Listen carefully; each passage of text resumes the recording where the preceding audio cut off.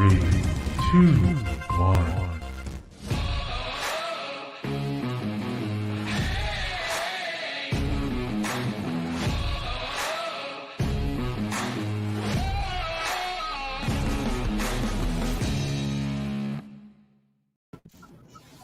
Good morning. Woo, woo. Howdy, howdy. Happy It Friday. is. What's that? I said happy Friday. Happy Friday. It is Friday, February 12th. This is the John Scott Talent Market Update. We are going to bring you some news, some updates, and some headlines. And what else do we have going on today? Oh no, are you waiting for a phone call? You got your little earpiece in right there. I'm always waiting for a phone call. As a matter of fact, if you want to call me, you can call right now.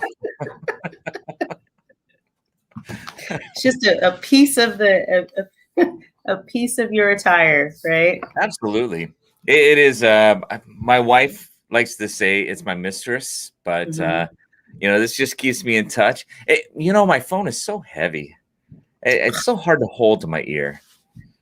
What is that? It was an American Express. Don't leave home without it. Was that like the slogan? It was with Carl Malden and his big nose. Oh gosh, I forgot about him. Yeah. That really ages us there really quickly. Yeah. So you know what? I'm hanging out in the Olympia office this morning. It looks like there's about maybe 3-4 inches down on the ground. You're over in DuPont, I believe, right? Yeah, and it's about the same here. I'm actually looking out my window. It is pretty white out there. And I actually see a kid that's crawling around in the snow with the full snow gear on. Oh, good. I'm glad you said he had the snow gear on. Otherwise, that'd just be weird. Yeah. So definitely is pretty covered. Yeah. No, it's but the problem is the snow, it got really cold last night. So the snow is really dusty. It's not really good snowball making snow yet. No, but I've seen some snowmen. Actually, last night I saw a kid and I guess a parent. There wasn't much snow, but they had the sled out already. I'm like, wow, you guys have been just waiting. They've had it out, like they had it out since like probably October. Right. Yeah, my kids are waiting for some more snowfall because they're like, we want to go get the sleds out. It's like, okay. Well, that is supposed to be tonight. Tonight is supposed to be our actual snowpocalypse. They're saying, I believe, depending on where you're at, between 4 to 9 inches. Oh, yeah, it's a lot. It's a lot of snow for us. Some people from other areas where there's snow, they're like, you guys are wimps. What are you? You guys don't know what snow is. Yeah, totally get it. Even driving over to the Ole office this morning, it was not from DuPont.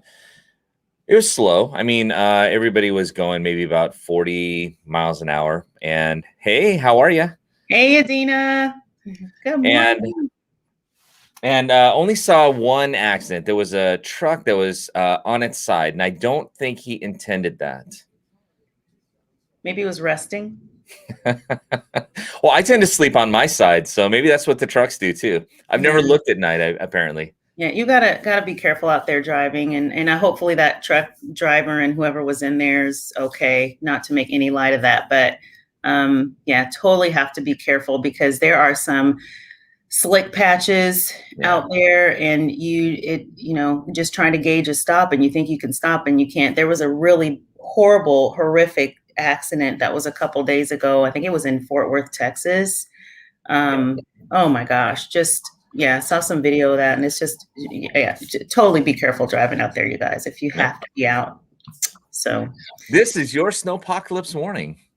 And Steve's mean mugging it on his comment there, saying, "Bring on the snow." Right. I really do like the snow, and I've said this before. I like the dampening effect of the snow, not like literally, but like when snow falls, everything is quiet. Yeah.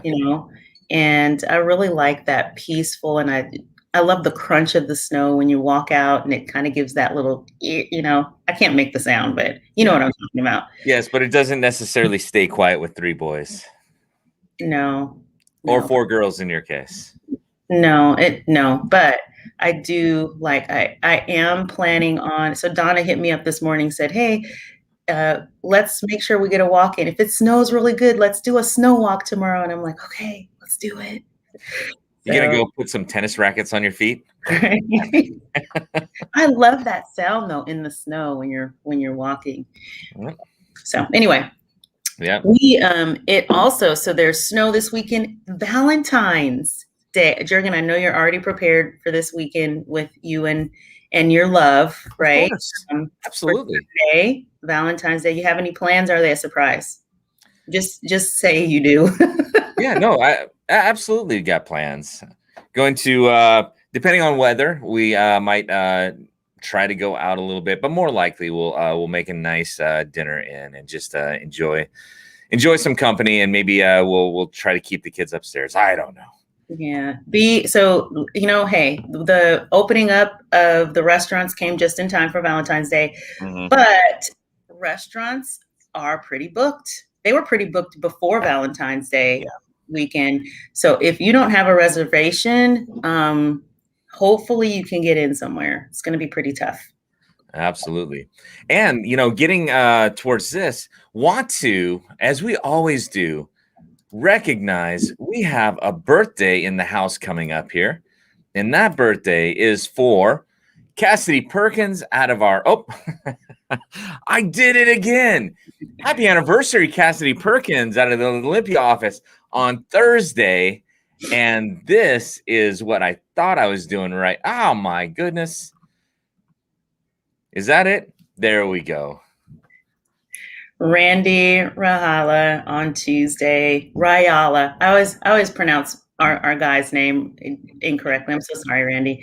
But he is having a birthday on Tuesday. So happy birthday to you, Randy. And speaking of birthdays, Monday is President's Day, and we are celebrating.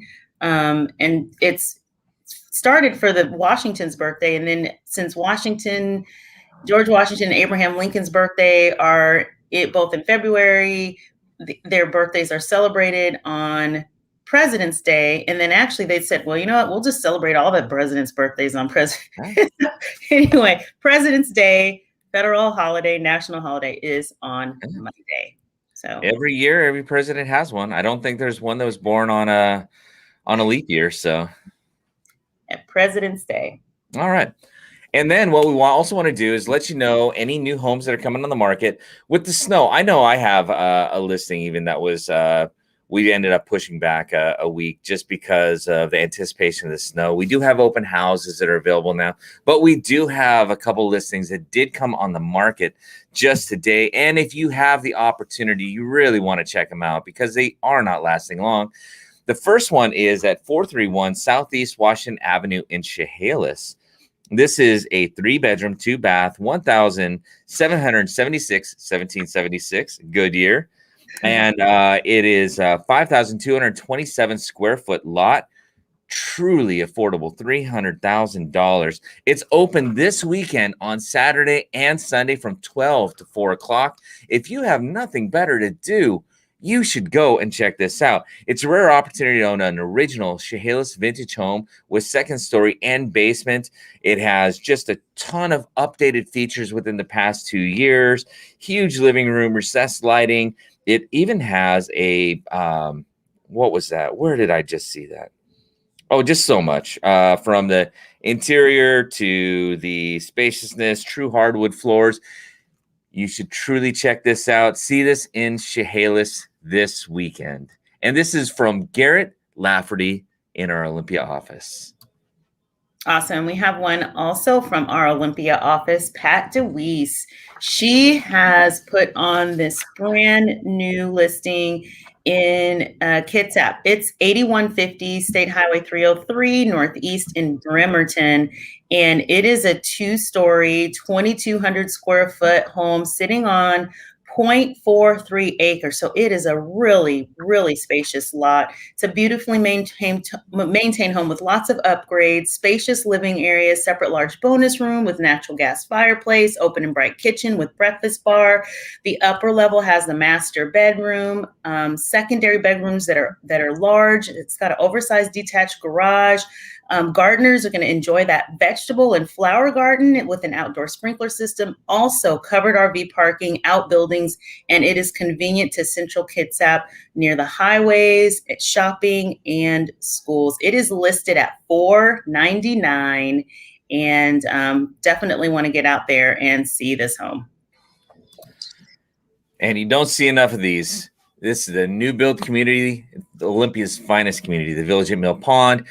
You can check the number out there. Schedule an appointment. The open houses are going on. It is such a beautiful weekend with the snow on the ground. It is totally enchanting. If you haven't been there, visit it this weekend. You will not be disappointed. Right on. Yeah. So Jerry just walks in the room and hears you say enchanting, and he's like, enchanting. What a word. What was that? Enchanting. Where would that come into play? Is that like Frozen? Princes. Yes. Yeah. Princes and Prince and Princesses. Enchanted. That was a movie. Now we're not talking about Prince like Purple Rain Prince, though, right? No, but he was enchanting also. But that's a whole nother story. Yes. Yeah. Hey. So we've got a little bit of market news additionally, and these are always interesting. We can, this is looking back in January. This is from the Northwest MLS, taking a peek at the numbers, and it is comparative from January of this current January, this past January here, to 2020. Really interesting figures over here. So starting over at King County, don't want to go over everything because a lot of the story is very similar to what has been going on. But one number to point out is here on the days on market. Look how it's gone down by almost half over there. The average home sales price, my goodness, it went from an average sales price in January of 2020 of $750, $376, all the way up to $911, $813, a raise of 21.5%. The number of homes on the market went down pretty significantly by nearly 40%, and the days on market went down to just 2 weeks. That means for every home that's currently on the market, how quickly would it sell? Would every home sell based on the average number of homes selling over the past, say, month? So really fast market there. Pierce County, similar story, right? Absolutely. So we're seeing the same trends with the days on market. We're down over 40%, 41.2%. Looking at the average sales price from year over year, 2020 was $412. This year, January, $493, up about almost 20%. But then looking at that inventory as well, we are down nearly 60% inventory. Over 1,000 listings last January. This January, only just over 400. And then that month's supply of inventory at just 0.3, just over a couple of weeks of inventory. Yeah, and you continue from Pierce County. Not even 2 weeks of inventory. I'm sorry, just over a week of inventory. Yeah, it's amazing. You're seeing that same story continue in Thurston County. Just a smaller number of homes than you would have in Pierce County, but the numbers look strikingly familiar. I mean, you've got days on market down by nearly 60%. The average home price up by 14%, almost 15%, from $338 to $445. You got the inventory numbers, 62.6% down. That's nearly just about 1/3 of the inventory on the market this past January than the January prior. And then again, 0.3 weeks of, or 0.3 months of inventory, which, like you said, is just over a week to sell every home on the market based on the average number of homes that is sold. Yep. And looking at the same trends in Mason as well, days on the market are definitely down 31.7%. Look at the average sales price, though, how much that is. I think that is probably the highest. If you look at January 2020, January 2021, month over month, year over year, look at that, 64. Am I reading that right? 64.1% on the average sales price. Obviously, if you take the median, we're about 30%, still high, but wow. What happened in January? There were some high priced homes that must have sold there that pushed that up. But wow, Mason County. Inventory of homes for sale. Whoa, look at that number. Staggering, down by 70%, and month supply of inventory 0.4, just under 2 weeks. Wow, wow, wow. Yeah, it's amazing. Mason has kind of trailed a little bit, but it really picked up as the calendar turned, as you can see. And then Lewis County, you know what? Not as striking a difference when you look at the days on the market, 43 compared to 45. The average sales price, though, has been going up. And a lot of that has to do with the lack of inventory, because you can still see the inventory on the market down nearly 50% over last year. And then you see the month supply of inventory not as low as maybe some of the other counties, but geez, it dropped from 2.1% to 0.9. Anything under 1 is like a frenzy. I mean, it truly is fast. When you take the average months on a healthy market, the average month supply of inventory is typically between 4 to 6 months. We know how the market feels, right? Yep. And the trend is continuing. So, but there's some information that you are going to be putting out here just in a few minutes that just is like definitely some super amazing advantages in this market, even though we are looking at such a tight inventory. Yeah, because we understand that things are going up. So, the first one, just going through a couple of headlines, you'll find all of these linked in the comments as well. So if you have any questions about where the sourcing comes from, you can click in there and read the full articles. For the third week in a row, the mortgage rates stay at 2.73%. That is incredibly low. We've been under 3 for nearly 6 months now. You can see some of the highlights. The residential real estate market remains solid given healthy purchase demand, while implied real-time home price growth is high due to inventory shortage and the inventory shortage that's been plaguing the market. Refinances are still making up about 70% of the mortgage activity, though. So what does that mean, though? If the mortgage rates are low and we do see short inventory and appreciating homes, it's got to be bad for all buyers, right? That's not necessarily the case. This is we're going to see this in just a moment. The national median existing home price jumped nearly 15% year over year. The West was in second at 15.5%. But there's some encouraging news inside there, and it won't last forever, but it's encouraging right now.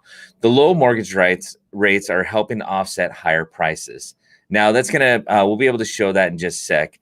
Over here on the left side, what you see is the largest annual home price gains for the fourth quarter were number 10 of all things across the nation. Spokane had one of the highest annual price jumps in the nation at 23.6%. Of the top 10 priciest metro areas, Seattle was number 8 with an average, or was that average or median? Median probably, of 614,700. But this is the news when you see in that little box at the bottom with the yellow highlights. On average, families spent 14.8% of their income on mortgage payments.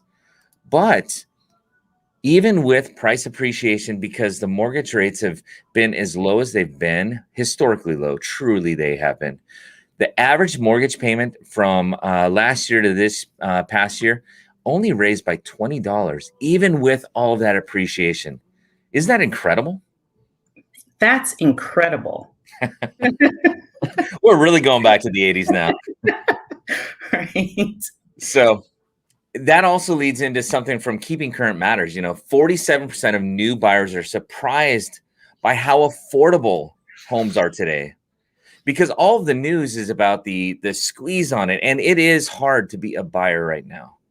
But as far as what the impact of a home payment is on the budget and with inflation, so what you're looking at in the chart is inflation adjusted payment numbers for the average on a home. And you can see in 2000, it was about 1,100.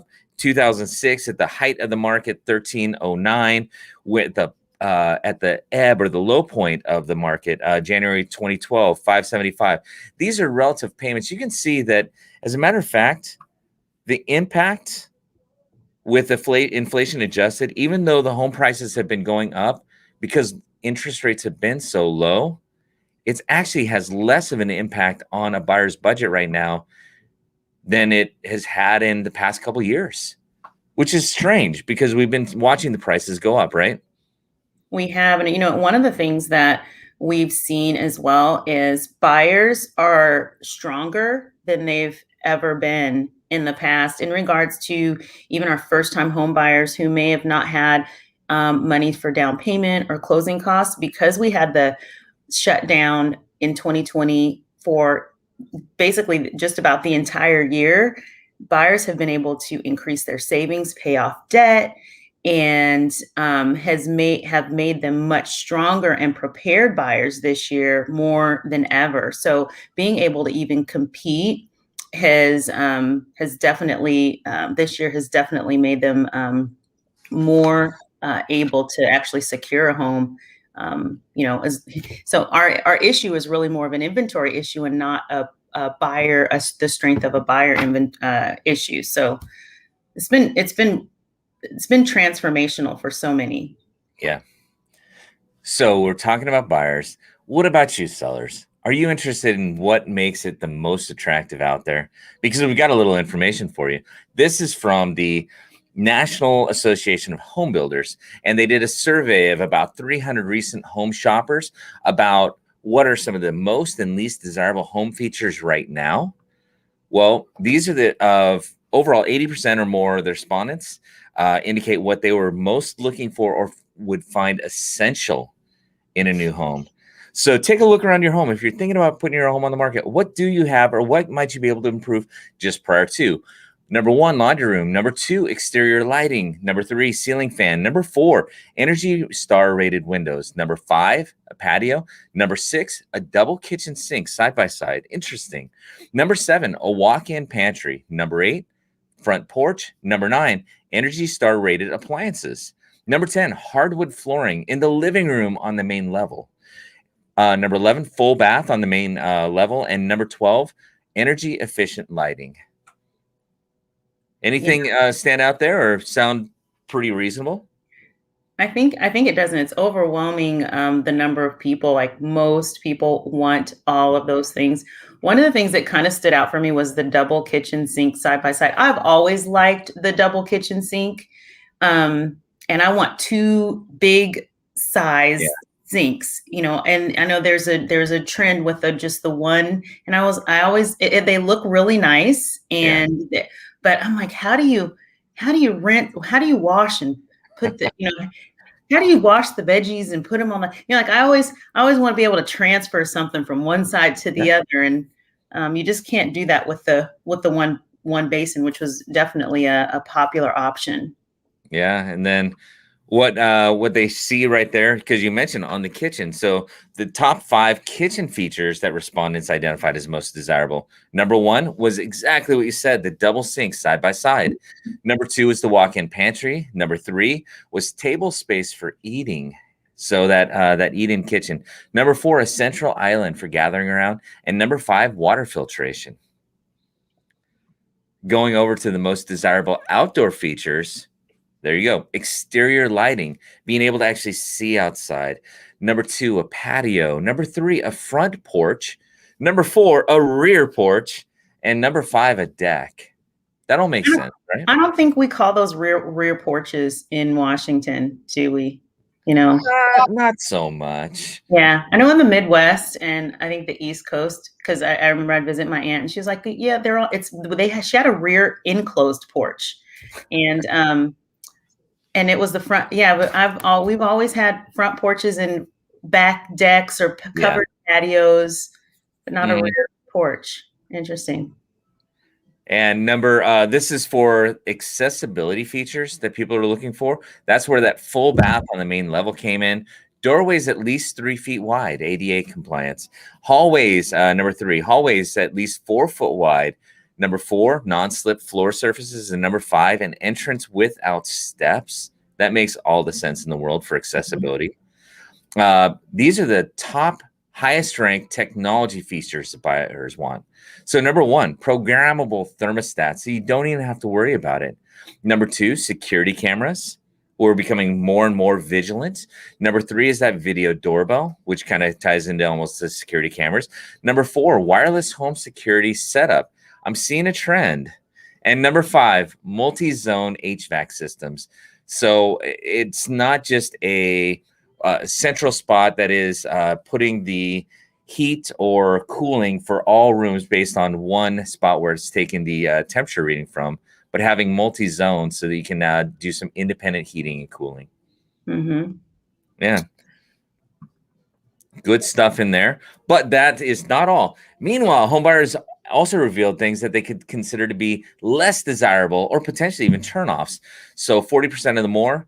These are the things, and I don't know how many homes really have this, but apparently an elevator would be a turnoff. That's the number 1 least desirable feature. Number 2, glass walls. Don't throw stones. Number 3, daycare center in the development. Number 4, a wine cellar. Interesting. Some people would love that. Number 5, pet washing station. I don't know that I've seen one in there. Number 6, roof partially or completely covered by plants. That would be called moss. Number 7, golf course. Interesting. Number 8, in-law suites. Number 9, cork flooring. And number 10, dual toilets in primary bath. Why would there be dual toilets in the bathroom? Are you going to play? So you can have a potty partner, you know? Yeah, do they face each other? So you have like a table between you. You can play games. Right. You can play table tennis and, handle your business and handle your business. That is odd. Okay. Well, you know what? This is for your information. Hopefully you enjoyed that. And what a strange little list at the end, right? I've actually seen a house that had 2 toilets in the bathroom. They were just separated. So it was a toilet, and then like the toilet had like a shower room, and then there was another door, and then there was a sink, and then there was a toilet on the other side. So interesting, but yeah. Did they have a pass through between the wall, like something they could just like give things back and forth? Yeah, no little secret doors, but and Donna is going heck no to the dual toilets. That only belongs in an office, I think. Yeah. All right. And then wrapping up the headlines, we've got the HUD extends housing protections to LGBTQ Americans. For a lot of that class, it's good news. But really in Washington, it is business as usual because for such a long time, I don't even know how long, but LGBTQ has been a protected class right along with military and, we've got a lot of protected classes. Washington is very vigilant about that. And that just goes to just a reminder to check out what your state is. Every state and even some cities are different in regards to housing laws. So, again, it's good that we're definitely nationwide all getting on the same page. But also, we've been there. So we are there. Yep. Okay. Well, guess what? We are at 8:58. We started on time. We're looking to end on time. We have, before we go though, and Donna, you're on there. So, I get to wish this to you, and we get to wish this to everybody out there. A very happy what? Valentine's Day.